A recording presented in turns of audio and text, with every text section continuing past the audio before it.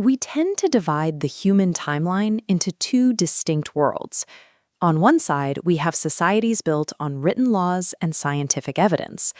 On the other, we place isolated, ancient cultures, often viewing their traditions as chaotic or superstitious.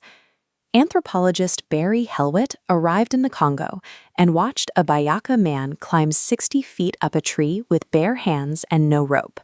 Hundreds of bees covered his skin, driving stingers into his neck and face.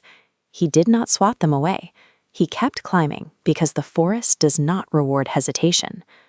Across the Mongolian steppes, Kazakh parents placed their young children in front of golden eagles, predators with wingspans wider than a grown man.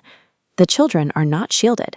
They learn to handle the bird's bone-crushing talons through a training process unchanged for 4,000 years. Viewed from a distance, these acts look like a death wish or a failure of protection. But these practices follow a specific internal logic.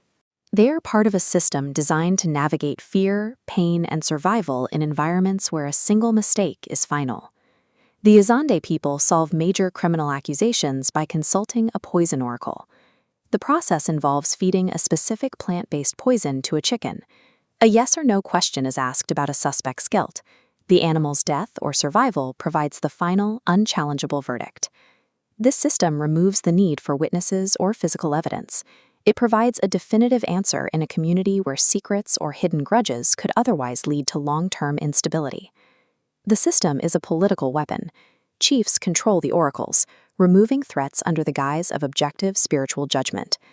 If an oracle seems wrong, they claim the poison was corrupted.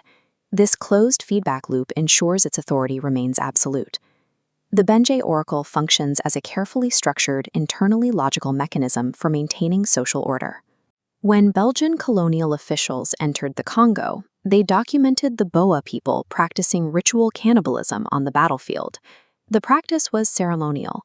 By consuming the heart and liver of a defeated enemy, a warrior believed they were absorbing the life force and courage of their opponent, turning a military victory into a permanent physical acquisition of power.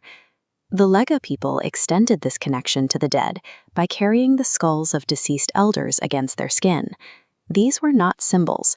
They were believed to be physical conductors that transmitted protection and judgment directly into the living. To enter the Komo society, men submitted to intense scarification. These permanent markings physically bound them to a secret network that operated outside of village or ethnic boundaries. Colonial governments spent decades trying to dismantle these organizations. They failed because they were fighting an infrastructure of loyalty that was literally carved into the bodies of the population. These rituals created a spiritual and political architecture that external authorities could neither understand nor break. In Mexico's Copper Canyons, the Tarahumara people run stretches of 100 miles across terrain 4 times the size of the Grand Canyon. They cover these distances in sandals cut from car tires, eating a basic diet of corn and chia. Professional endurance athletes and sports scientists have struggled to explain how this physical output is possible on such a low-calorie intake. For the Tarahumara, this endurance is a necessity.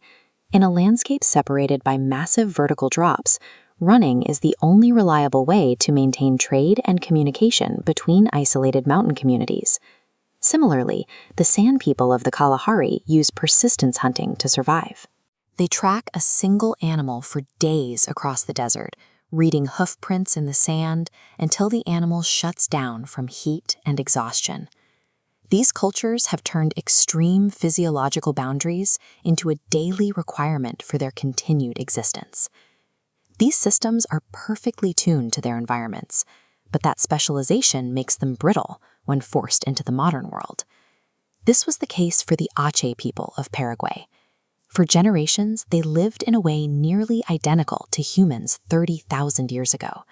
They moved through the jungle in coordinated silence, communicating with hand signals and sharing every kill equally across the entire group. When the Aceh were pushed towards settled life in the mid-20th century, the community broke. Men who were the forest's most capable hunters found themselves unable to function in a society built on private ownership and individual competition. A system built for perfectly balanced communal survival cannot survive the transition into a framework of individual accumulation. Above the Arctic Circle, the Sami people have survived for 10,000 years.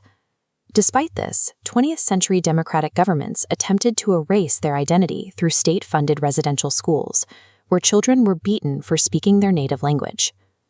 Their culture relies on complex information systems, like the Gokti clothing. To those who can read the patterns, the garment acts as a database, communicating a person's family, region, and community status at a glance. These cultures are living libraries of human potential. When they are forced to assimilate, thousands of years of survival data and specialized knowledge are permanently erased.